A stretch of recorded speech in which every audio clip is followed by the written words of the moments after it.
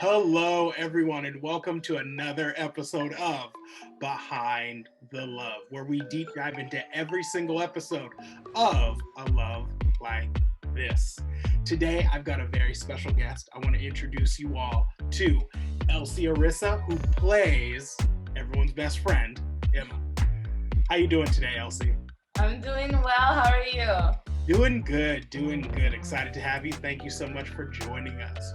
Reminder, if you have not watched episode 3, I recommend going back, pausing this video, watching episode 3, and then coming back, because there will be spoilers. Did I miss anything else? I think we're good, right? No, yeah, we're good.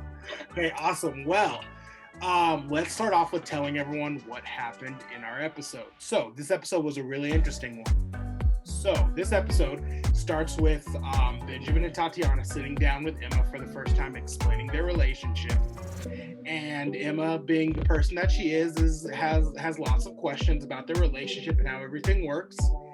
And afterwards, Tatiana and Emma have a little conversation, and Emma expresses more of those concerns and even brings up a question about why she hasn't met any of Benjamin's friends or his mom. This worries Tatiana, obviously, and she reaches out to Benjamin and asks him to meet his mother. He agrees. And then for the first time, we actually switch perspectives away from Tatiana, and we actually see how things go on Benjamin's end, and we actually get to see Benjamin talking to his mom. And through that conversation, we learned that Benjamin actually has been hiding a couple things from Tatiana. We end on a little bit of a cliffhanger. So yeah, so this is a much different episode than we've had before. Elsie, Emma plays a very important role for this episode. So could you tell me a little bit about what's Emma's job in this episode? I think Emma is a little bit of the audience, right? So maybe more on the pessimistic side of the audience than the optimistic side, or maybe, you know what, I like to say realist. she's a realist. So I think she's trying to gauge the relationship. She's trying to get to know Benjamin more, and asking the questions that when you're in love you don't really think about, or maybe you are thinking about it, but you're putting that voice away for the time being to focus on the butterflies and the excitement and the love and all of that stuff. So I think she's playing a little bit of devil's advocate, but just a little bit more of that voice in the back of your mind that has questions but doesn't know if it's worth asking, doesn't want to rock the boat in asking. So yeah, she's the audience. The people want to know. Yeah, that's really the interesting idea, because when I wrote this, and I love that you pinpointed on this, because this was something that we definitely talked about a lot in the whole evolution of creating Emma.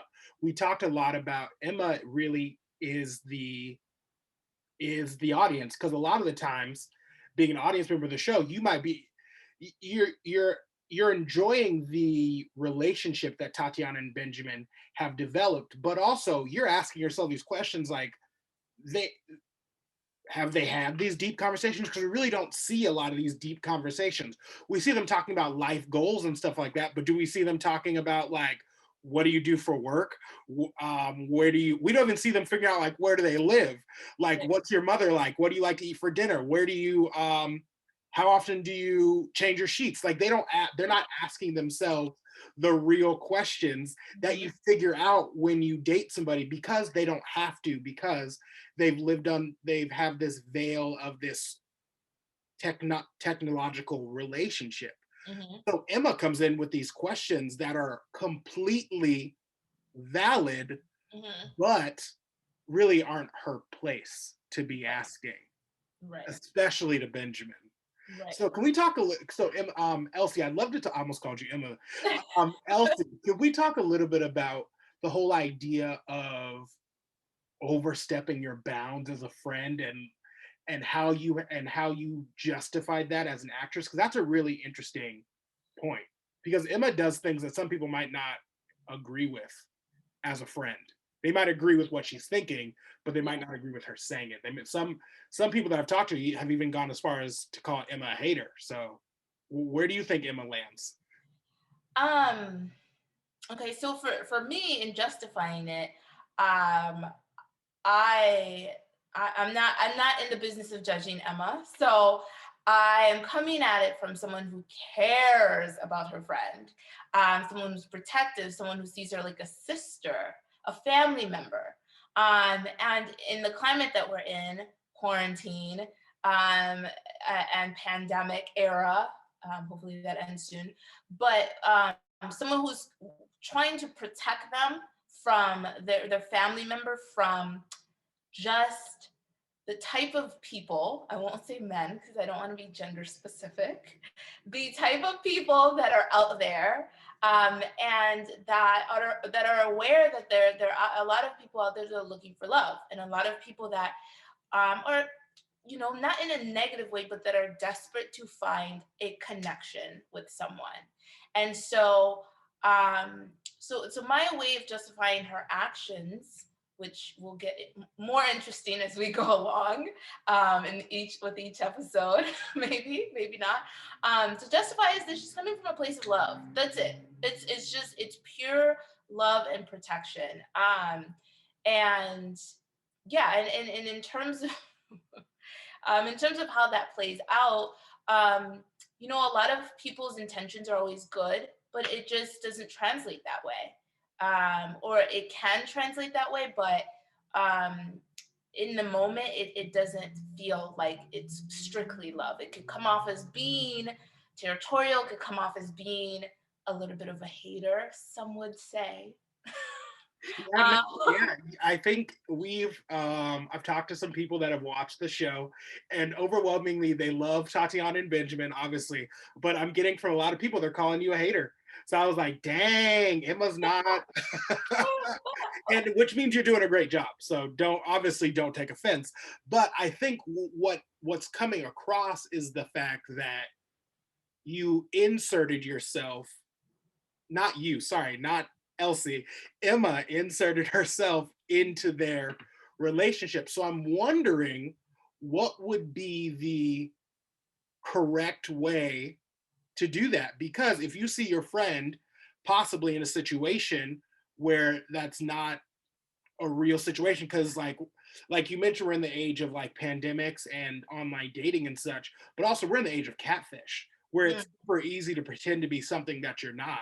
Mm-hmm. If you see your friend and they're with this guy that's basically, for all intents and purposes, too good to be true, because that's really what Benjamin is. Right. What do you do?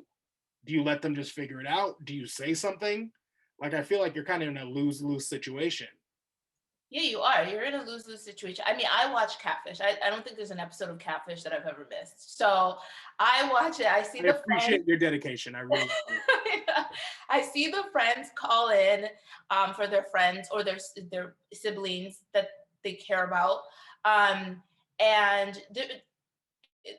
it's hard not to look like a hater. It really is. I think with some of our friendships where we are really close to people, but we're not so close, what we really do is we kind of let them make their own mistakes and be there to, maybe provide a little bit of advice, but not overstep. And then be there when the chips fall and it's not in their favor. We're there, right? So we have friendships where we're able to sort of, we know that we want to step in, but we know like we're not that close, or we know their personality. So I think that would be the proper way to do it. I think that would probably be the most appropriate way to do it. But that's not how we deal most times with our family members and people who we see as family. We don't know boundaries. We don't get that. Right? So that's why siblings clash. That's why parents don't know boundaries with their kids. There's no such thing as boundaries, and so you don't know when you have overstepped a line because you are so sure that you love this person, so you're doing everything for them. So, but generally, you really need to let people make their own mistakes. Like, you can give them the red flags. You can say, hey, I see some red flags. And just like the conversation that Emma would have on the side, just very quickly, very briefly, not poking, not saying, well, have you seen this? Have you seen this? But just saying, I would be careful if I were you, but she doesn't really stop there. So, No, she doesn't, which is the interesting thing. She brings it up when she's with Benjamin and her and yes, makes that very clear and really kind of puts Benjamin on the spot. yeah, He gives her a great answer and really shuts up Emma for the first time. And I think it's very rare that someone shuts up Emma, as we see in the next scene. So the fact that Benjamin did it said something, but she doesn't let go. She waits until they're alone the next day and just, it's as if she prepped yeah, it's as if she was prepping like a law case. yeah, Came back with more reasons to convict Benjamin the next day. yeah, And the thing that Emma does that I think she does wrong is that she is only focused on the negative. There's no room in there for there to be anything right. It's all just focused on the negative, which is hard. And Tatiana was not going to hear that because she is head over heels in love with this guy.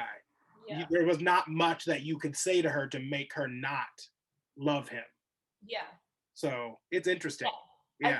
I think that's what it is that I think Emma feels like Tatiana is on the positive world, right? So that she needs to balance it out.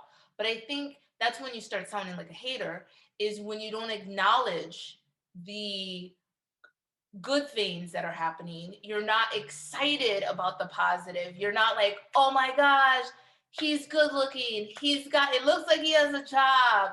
You guys get along so well. Oh my gosh, you're so cute. So you sort of have to pad it up with the positives and sort of like, yeah, I'm on your team. And then you just throw it in there. Like, but girl, what about this? But Emma's not doing that because she just feels like Tatiana's already in La La Land. I'm not gonna add to that. That's not real. That'd be fake.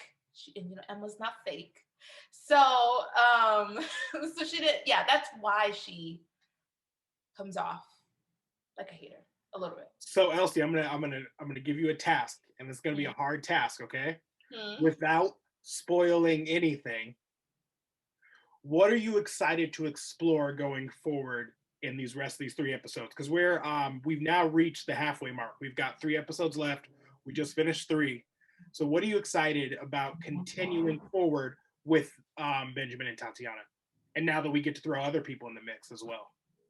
I'm excited about. Well, I think for Emma, I'm excited about like self-reflection, without giving anything away. I think in the coming episodes, she's gonna realize that, just like we're saying, maybe her approach to things might not be the best. Just just sometimes, just like we were saying, how do you offer up information or just questions to people? It's all about delivery. And maybe there'll be some self-reflection there, and I'm excited to see that because I think that's just a growing experience for her, for future situations. So just interacting in her friendship with Tatiana, it's gonna be a little bit of a inward reflection. Elsie, thank you so much for joining us today. I hope you had a good time, and I hope the audience out there had a good time as well. Please do us all a favor. Please continue watching the episodes. Please continue sharing the episodes with all your friends and family. The response has been overwhelming. Like we said, we are halfway through this series. We've got 3 episodes left, and let me tell you, we are just getting started. Thank you all so much for joining us. We will see you at the same time next week, and you all have a great and wonderful day. Bye, everyone.